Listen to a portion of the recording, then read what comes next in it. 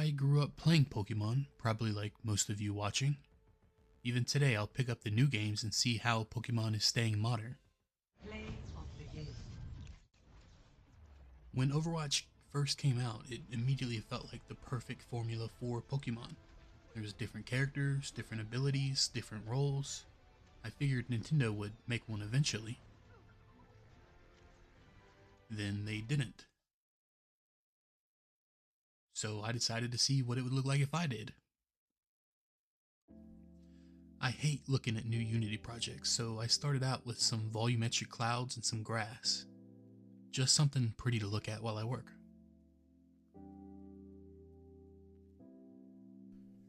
Then I needed movement. I don't know exactly what Overwatch uses, but the rigid body solution I used has a smooth, floaty feeling that I felt was right for Pokemon.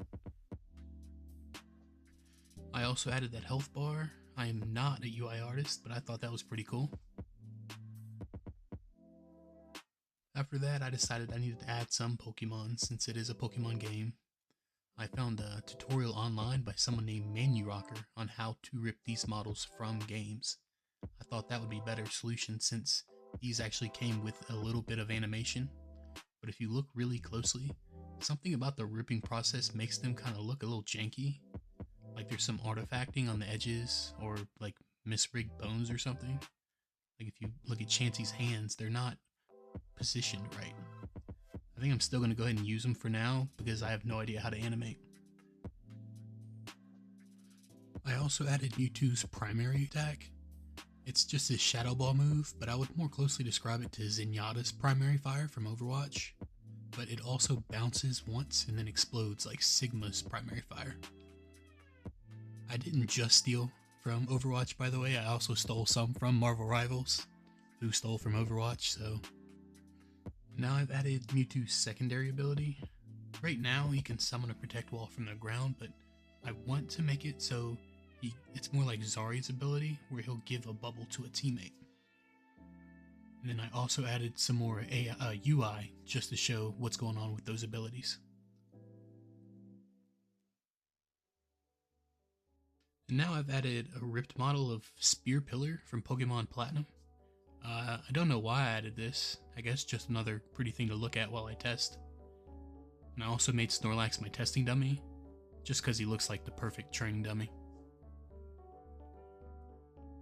Alright, this has got to be my favorite part of the project so far. I paid somebody to make some first-person animations of Mewtwo's hands.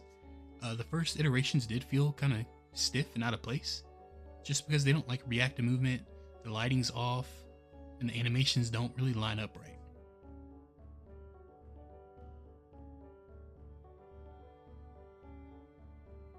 But I did do a little polishing. I gave a black outline to feel a little more cartoony. I made the hands react to movement, and then I gave them a little bit of weight so they move as you move.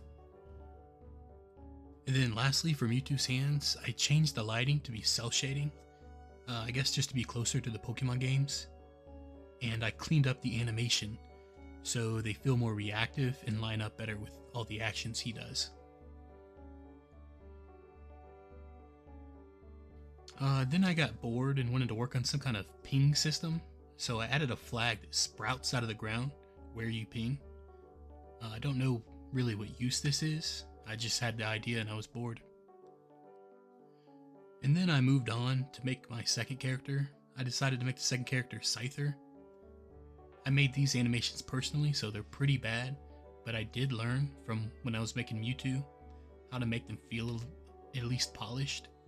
So I added the lighting, the cel shading, the weight from moving back and forth, and the black outline. For Scyther, I'm trying to design his kit to be like a close range brawler, kind of like Genji. So his main attack is a short range slash, but if you're super close to your target, you stab them and heal a little bit, kind of like a annoying bug. His secondary ability is an air dash, also kind of like Genji, just to get in and out where he needs to go. I want to make his ability kind of like Spider-Man from Marvel Rivals, where he just kind of spazzes out and does damage to anything near him. I also have this idea to make Gengar the healer, but I'm just not sure. It's really hard to think of Pokemon from Generation 1 that would look interesting from a first-person perspective. Well, that's as far as I've gotten. I do have more plans and ideas, obviously, but I think that's enough progress for at least one video.